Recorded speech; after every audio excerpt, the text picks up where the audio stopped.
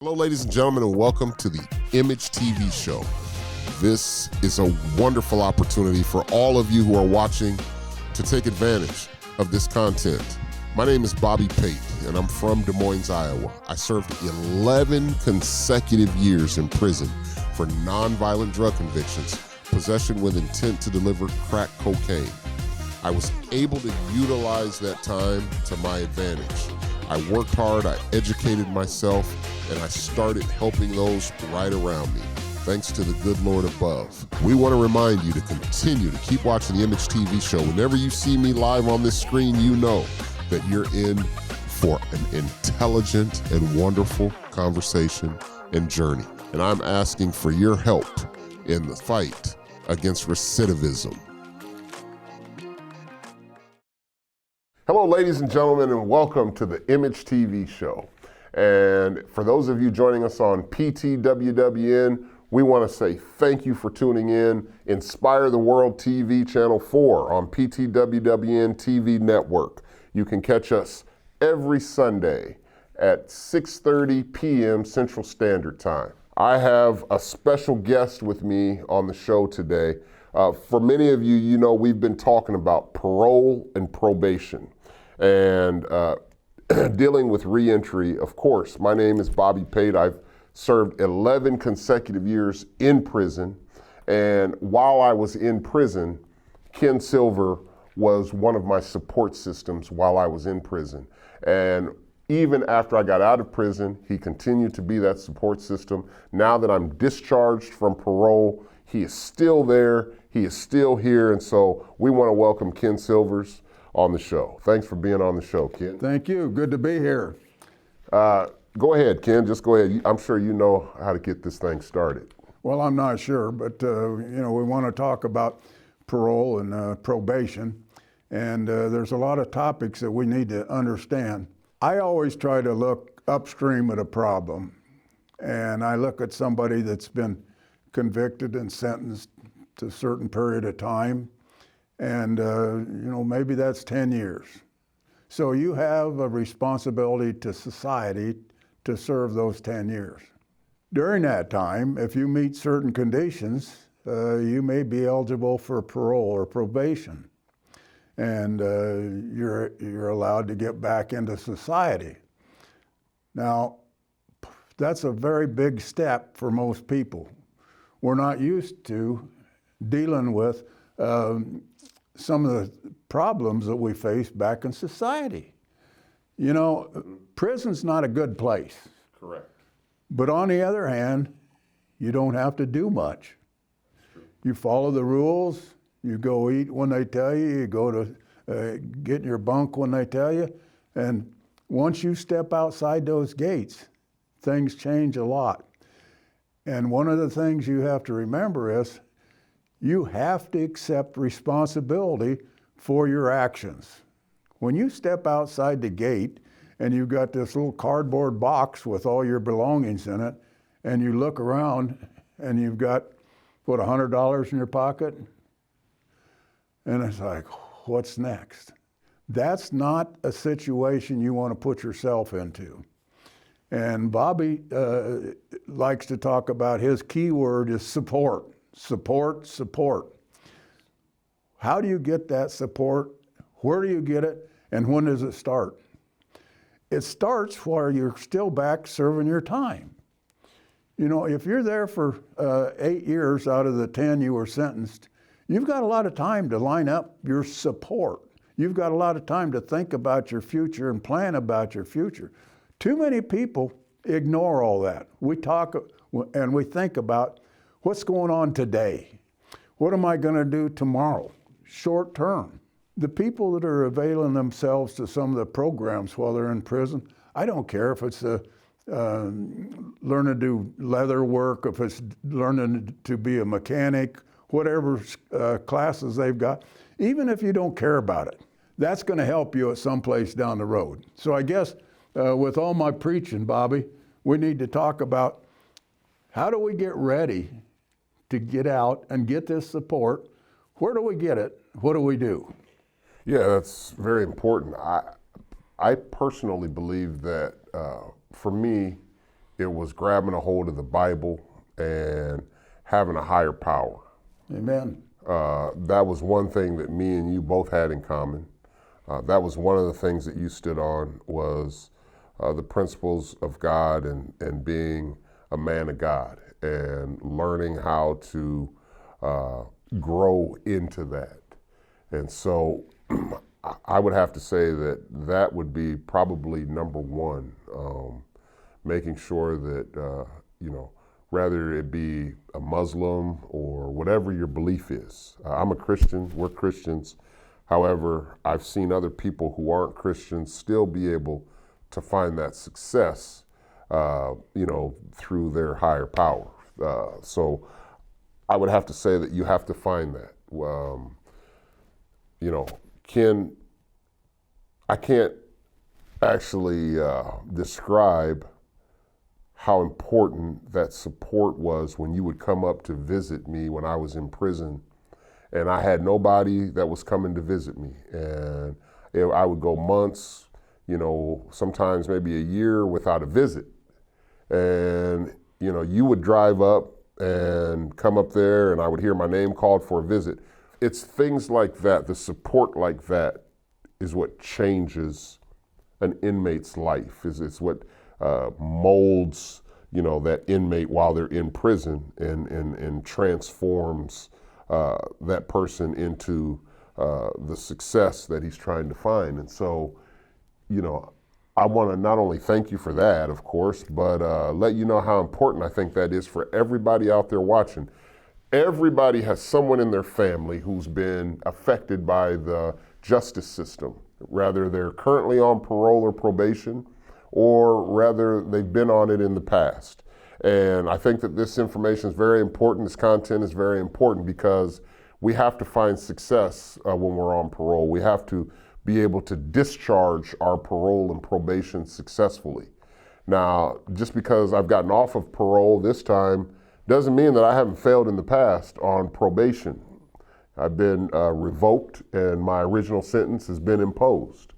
And so this is another hurdle. If you're on probation, 9 times out of 10, you have a suspended sentence hanging over your head. Sure. And then when you violate those terms of probation, that original sentence gets imposed and your probation gets revoked. This is different than parole now. Correct. Let's talk about that. Well, I think that when you're up for parole, if you're going to be successful, you have to have a good foundation. All right. How do you get that foundation? You mentioned personal visits. There's also now, video visits. There's telephone calls. There's letters. Remember how we used to write letters? That's still effective today. They've changed that up a lot, though. Yeah. You got to go through Las Vegas. Oh, yeah, you got to go through. It's crazy, depending on the state. Here in Iowa, they send all your letters someplace else, and they read them, and they copy them, and then they send them back, and it's ridiculous. But anyway, that's how the foundation for the support you need to be successful starts. So you've got mentors that help you and help you plan. You need to take the initiative yourself to start doing the things that are going to make you successful when you get out of prison and onto parole. What do you need? The basics in life. You need food, you need clothing, you need shelter, you need a job. And how do you get all this? Well, it's very, very stressful. And if you have a plan, the foundation for your parole, it's a lot less stressful than if you don't have anything. There was a group here in Des Moines that had a little role play thing. And around the gym, they had all these tables set up with different stations. One station was the lawyer's office. One station was the jail. One station was the employment office. One was a hospital, and so on. And they started out and they gave you so much money. And they said, okay, you're on parole.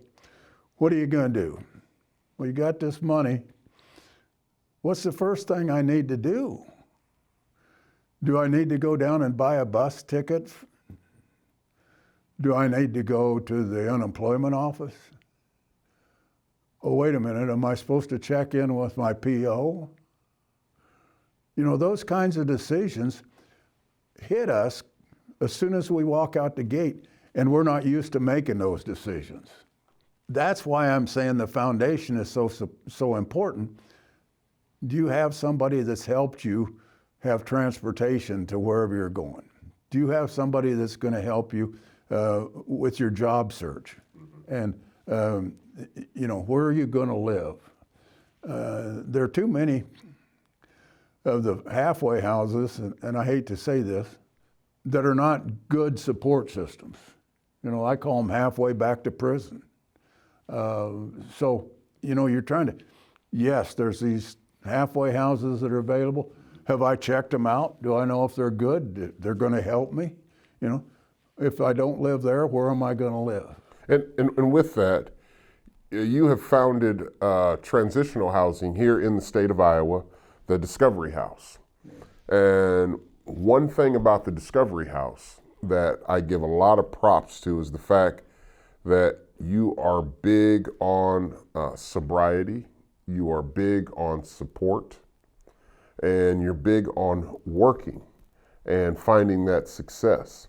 What made you start to want to help guys coming out of prison? I mean, you got a lot of guys here in the state of Iowa, a lot of farmers, a lot of people that are wealthy, and they look the other way when it comes to reentry or when it comes to work dealing with inmates and incarceration and crime and trying to rehabilitate people. Well, we've made big progress. First of all, we've done away with the box on your application. Ban the box. Ban the box. So now, we've got a halfway decent chance of finding a job regardless of our past. You asked me how I got started. Well, I'm ashamed to tell you how I got started. It was greed. There was a article on the news about this thing called Bridges of Iowa. It was a faith-based drug treatment program for people that had come out of prison. And they said they had people there looking for jobs. Well, I had a business, and I thought, man, I can probably get some cheap help down there. So I went down there and saw some of these people, and I saw how good they were. They'd made mistakes, they'd paid for those mistakes, and they were just looking for somebody to give them a chance. And I got involved in that, and the faith-based part of it really turned me on. I liked that.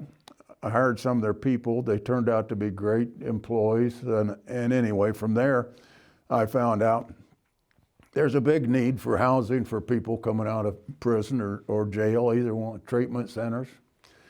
And so again, we go back to your key word of support. We got these houses, and they're fairly small. We've got 5 and 6 guys in each house. And they support each other. They go to church every week, to a church service. They go to their sobriety meetings every week. They support each other. They learn how to transition. I call these transition houses, not halfway houses, not three-quarter. Transition back to their families and back to the rest of society. And, after we started the first house, I gave everybody my speech. The kitchen's going to be clean, the bathroom's going to be clean at all times, not going to have any cigarette butts laying around, no half-empty soda cans.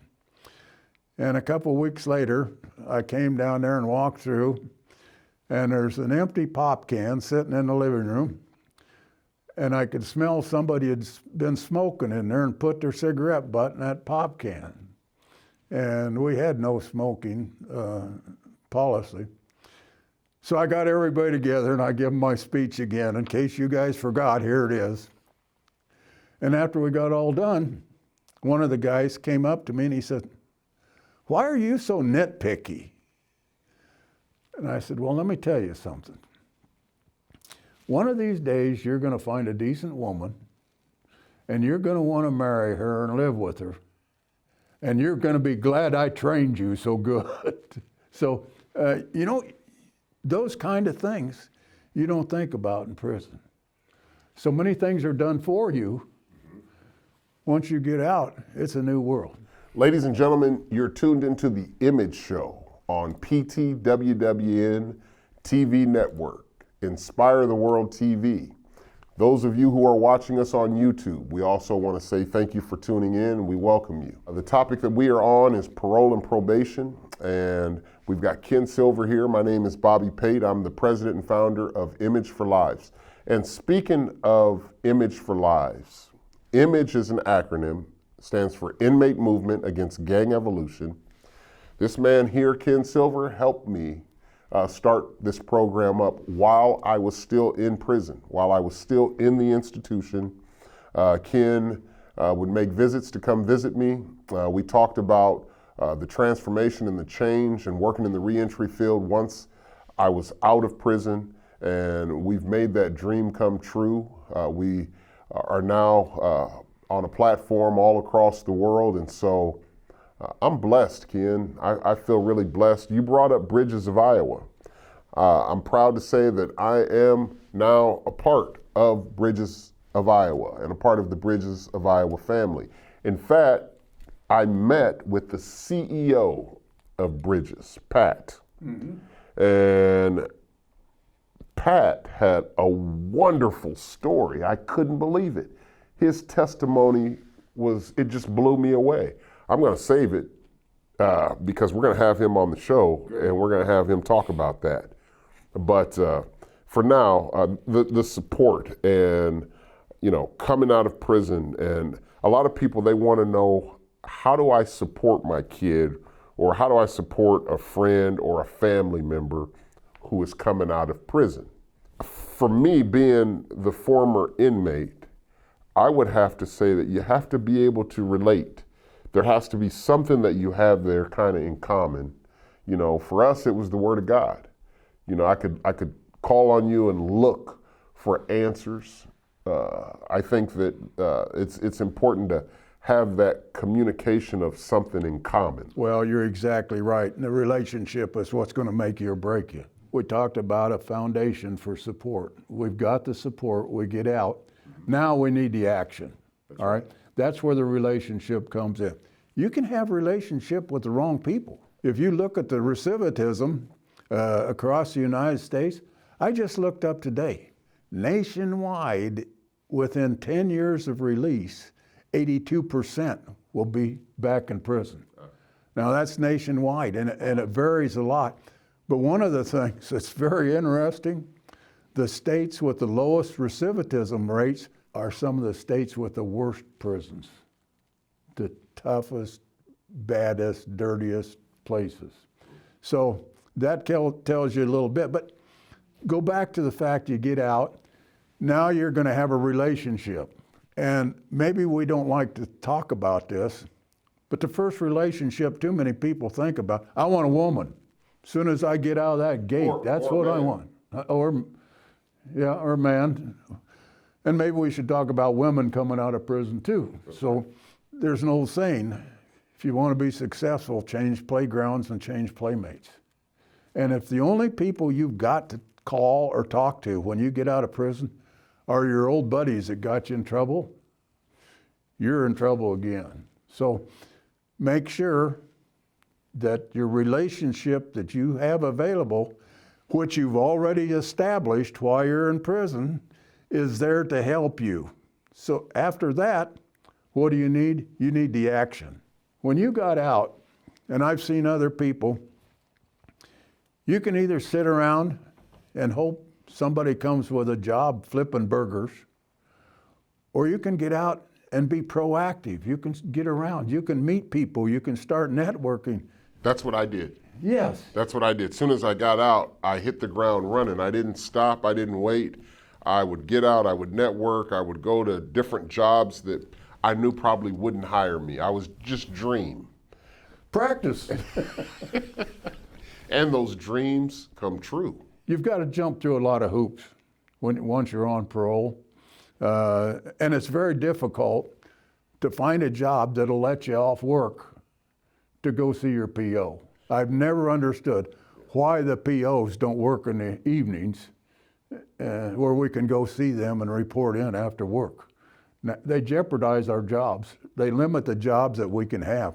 One thing that was important for me was having a good PO officer. Oh, yeah. And that makes all the difference in the world. I mean, people who are coming out of prison, I've had a bad PO officer and I've had good ones. If a bad PO officer wanted to violate you, they could pretty much do it.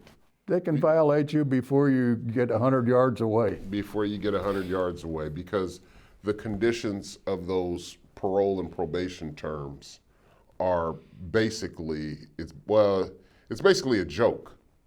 Well, and the reason why I say it's a joke, because you can't follow all of those rules. No, and let's face facts. They have a very difficult time finding people who will be parole officers and have the right attitude to be a parole officer. In my opinion, there are a lot of parole officers who are not qualified to do the job. Unfortunately, if you get a bad one, now it's even more important that you have your plan, that you're out there actively doing things to be successful. And as you found out, even in your life, after you've been out for 2 or 3 years, networking is so important. And where's the best place to do the networking is your local church. If you've got a substance abuse or sex abuse problem, it's the AA meetings. That's where you go meet people that are going to help you. That's how you're going to widen your circle. Yes. You go to church, most of the time, if it's the right church, people want to say hi, what's your name? And you end up sitting and talking to them, and they find out about you, and you find about them. Next thing you know, you've got somebody to help you. Yeah. And I think one thing that's important for us as men or women coming out of prison, we have to understand that we can't burn bridges. We did a lot of that in our earlier immature stages of life, and I think once you reach that maturity level, you have to understand how important it is to respect people and not to burn a lot of the bridges with the people that you're coming across. Well, you need to burn the right bridges, and if you've already burnt the wrong bridges, you got to go make amends. Okay? That makes sense. You've got to burn the wrong bridges, the ones between you and the bad guys. Right. Burn those. The ones that you did, make amends. And that's one of the steps of the AA program. You need to make amends to the people that you've affected adversely in your life. So you're quite right. There may be people you offended in the past. Take that opportunity to go to them, explain things to them. And in most cases, all of a sudden they turn around and be a supporter. Sure. They realize this is a good guy. With all this support, treatment facilities, okay, that's big right now. A lot of people using drugs, alcohol, going in and out of treatment facilities. Now, there are also people who have been selling drugs and been convicted of selling drugs, but didn't have a drug problem. I was one of them. And so, I had to still take treatment with the people who were using drugs, who were addicted to drugs. And they threw everybody who were drug dealers in these treatment programs because they just had a drug-related crime. However, they're complete separate identities. You have some people who are addicted to the money and the lifestyle. And that's what I was when I had to go sit in prison and realize that I had to keep coming around to start. I had to keep starting back over. I couldn't beat the system. After doing that 11 straight years, God beat it into my head. I've always been one that's been hard-headed, okay? It might take one guy 8 months in prison to learn their lesson. Well, I had to spend 11 years for not killing anybody, for not harming a soul, I felt like. And I seen guys in there that got out before I did. Sure. That murdered people. In there, yeah, on manslaughter, and they get out, exactly. You're in there for selling drugs. How do you solve the drug problem? Stop the demand. If people quit using, there wouldn't be anybody selling. don't ever underestimate addiction. And I'm getting off the subject here for a minute, but No, you're right on the people can be subject. addicted to many, many things. And as you said, it could be money, it could be lifestyle. I hope my wife's not watching this, but She is, I'm sure. She Go was- ahead and say it, though. she was talking about some of these people that were addicted. Well, why don't they just quit? I said, you know what? Ever since I've known you, you bite your fingernails and you can't quit. You're addicted to biting your fingernails, some little thing, and you're not strong enough to quit. Think about something like meth or another one of these drugs that really affects you physically and mentally, and Yes. understand how hard it would be to quit that. But anyway, back to the successful parole. I think you have to have the attitude that you're going to do it. Attitude. Too many people get out and they think, I can't wait to get out. I'm going to see my buddy. He's going to get me an easy lifestyle. And they slip back into the same thing that put them in prison.